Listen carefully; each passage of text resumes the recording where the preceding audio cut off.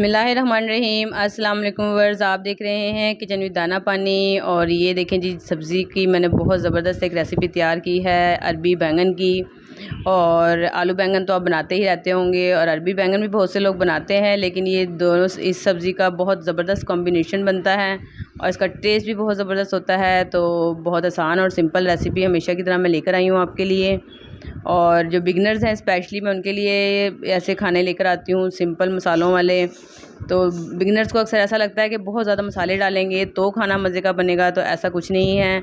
आप इसमें देखिएगा कि अदरक भी इसमें नहीं जाती है, कोई धनिया वगैरह भी नहीं जाता इसमें, कोई गरम मसाला नहीं जाता, उसके बावजूद ही बहुत टेस्टी बनती है। और दूसरा, इस चीज़ का ख्याल रखा करें जब आप खाना तैयार करें, सब्ज़ियाँ तैयार करें, तो उनकी शक्ल बरकरार रहनी चाहिए।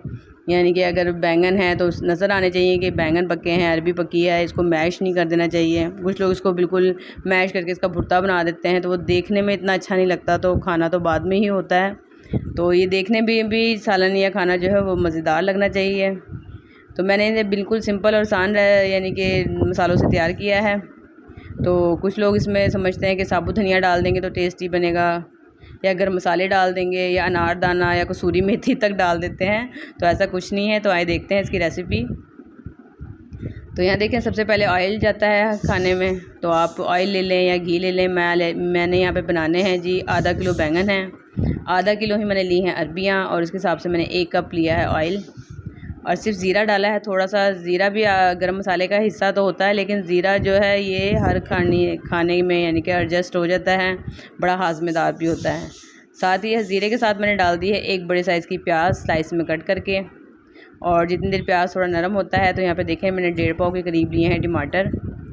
और साथ ही मैंने इसमें डाल दिया है ये कुटा हुआ लहसुन। इसमें अदरक का कोई इस्तेमाल नहीं होगा, तो लहसुन जाएगा इसमें। और साथ ही 1 टीस्पून भर के ज़रा आप ले लें हल्दी। और कुटी हुई लाल मिर्च लूँगी मैं 1 टेबलस्पून, और 1 टीस्पून मैं लूँगी पिसी हुई लाल मिर्च। दोनों मिर्चें मिलकर जो है ना, खाने का कलर भी अच्छा आता है, और कुटी हुई लाल मिर्चों से टेस्ट बहुत ज़बरदस्त आता है, स्पेशली सब्ज़ियों का। ये जो भुने हुए खाने हैं उसमें ये कुटी हुई लाल मिर्च ज़्यादा मज़ेदार लगती है। तो साथ ही मैंने इसमें डाला है जो 1 टेबलस्पून नमक डाला है। आप ये मसाले जो हैं आपके अपने टेस्ट के हिसाब से लिया करें, जितना आपकी फैमिली मेम्बर्स खाते हैं, तेज़ हल्का जैसा आप पसंद करते हैं, ठीक है। ये सारे मसाले मैंने डाल दिए हैं प्याज में। प्याज को बहुत ज़्यादा आपने फ्राई नहीं करना, कोई कलर नहीं देना, कच्ची ही प्याज हो। तो साथ इसमें ये मसाले वगैरह डाल दें और पकने के लिए रख दें। तो यहाँ देखें, थोड़ा सा मैं इसमें पानी डाल देती हूँ ताकि टमाटर अच्छी तरह गल जाए। उसे कवर करके छोड़ देते हैं, और थोड़ी इनके 5 मिनट ही मैंने इसको पकाया है, थोड़ी देर। तो ये देखें, टमाटर बिल्कुल मैश ना भी हो तो कोई हर्ज नहीं है, हमने इसमें ग्रेवी नहीं करनी। ये भुना हुआ सालन होता है, तो कोई इतना मसला नहीं। इसको इस तरह अच्छी तरह मैश कर लें और अच्छी तरह मसाले को एक मरतबा भून लें सिर्फ। बाकी हम दोबारा सब्ज़ियाँ डालने के बाद इसे भूनेंगे। ये देखें, अच्छा सा इसमें जो टमाटर हैं उसकी क्वांटिटी थोड़ी ज़्यादा ही अच्छी लगती है। जो बैंगन वगैरह बनते हैं तो उसको टमाटर थोड़े ज़्यादा ही इस्तेमाल करा करें। यहाँ पे मैंने अरबियाँ ली हैं, इनको मैंने अच्छी तरीके से धो लिया है और पानी निकाल लिया है।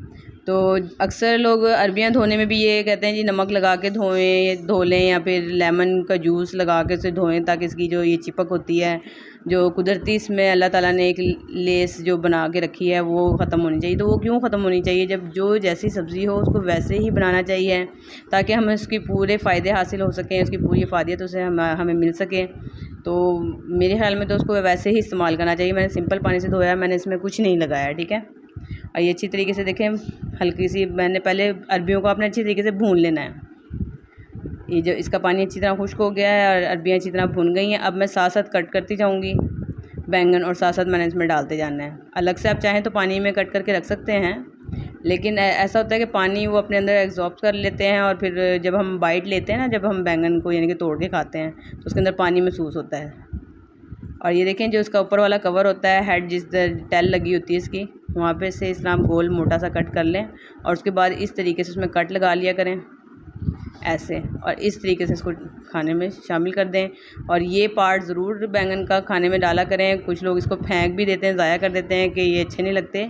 यही इसका अहम जुज़ है, ये पेट के लिए बहुत ज़बरदस्त चीज़ है। ये मैं आपको एक टिप दे रही हूँ कि अगर ये जो टेल वाली साइड है, इसको आप चबा के खाएँ ना, तो जिनसे कब्ज़ का मसला होता है या बच्चों को मड़ोड़ वगैरह होते हैं, उसके लिए बहुत ज़बरदस्त चीज़ है, ये ज़रूर खाया करें खाने में। तो यहाँ पे देखें, सारे बैंगन मैंने कट करके साथ साथ डाल दिए हैं, और अच्छी तरीके से इन्हें मिक्स कर लेते हैं। थोड़ा सा मैं इनको भून लेती हूँ और उसके बाद हम इसमें कवर करके इसको पकाऊंगी। मैं इसमें डालती हूँ आधा कप के करीब मैं इसमें डालती हूँ पानी, ताकि जो हमारी अरबियाँ हैं वो अच्छी तरीके से गल जाएँ। अरबियाँ भी इसमें कच्ची हैं, तो आधा कप पानी डाल दें और इसे कवर करके पकने के लिए छोड़ दें। ये देखें ऐसे, यहाँ देखें ये काफ़ी हद तक पक चुकी है, लेकिन इसमें पानी भी मौजूद है। तो यहाँ पे मैं मज़ीद अभी अरबियाँ नहीं गली, मैंने चेक की हैं, लेकिन मैं इसको कवर करके आँच हल्की कर देती हूँ, ताकि ये हल्की आँच पे जो थोड़ा बहुत इसमें मॉइस्चर है वो भी भून जाए और ये अरबियाँ भी गल जाएँ। अब हम चेक कर लेते हैं कि हमारी अरबियाँ गली कि नहीं। तो यहाँ देखें ये अरबियाँ देखने से ही अंदाज़ा हो जाता है कि अरबी गल चुकी है।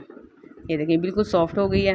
अब इसको हम तेज़ आंच पे एक मरतबा और अच्छी तरीके से भून लेते हैं। कितनी सिंपल और आसान है। देखें कोई इसमें ऐसे मसाले गए ही नहीं हैं जो घर में मौजूद नहीं है, या कोई एक्स्ट्रा चीज़ डाली गई हो जायके के लिए, कुछ भी नहीं है। वही नमक मिर्च है और वही प्याज वगैरह है। थोड़ी सी आप यहाँ पे हरी मिर्ची डाल दें, और हरी मिर्ची डाल के इसको एक मरतबा फिर भून लेती हूँ मैं।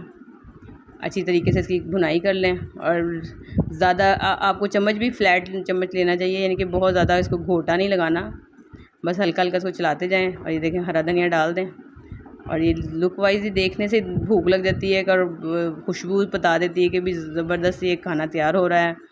और मैं उम्मीद करती हूँ कि इतनी सिंपल और आसान रेसिपी आपको ज़रूर पसंद आएगी। अब इसे मैं 5 मिनट कवर करके दम पे छोड़ देती हूँ, और उसके बाद मैं आपको इसे डिश आउट करके दिखाती हूँ। ये देखें, और ये देखें जी जनाब, बिल्कुल सिंपल और आसान सी रेसिपी ये तैयार हो गई है। और मैं उम्मीद करती हूँ आपको आज की रेसिपी ज़रूर पसंद आई होगी। मुझे कमेंट्स में ज़रूर बताया करें, और आपको रेसिपी अच्छी लग रही है तब भी बताएं, नहीं अच्छी लग रही तब भी आप मुझे ज़रूर बताएं। चैनल पर नए हैं तो इसको सब्सक्राइब भी कर लें, और अपने बच्चों का, अपने बुज़ुर्गों का बहुत ख्याल रखें। इसके साथ मुझे दें इजाज़त। अल्लाह हाफ़िज़।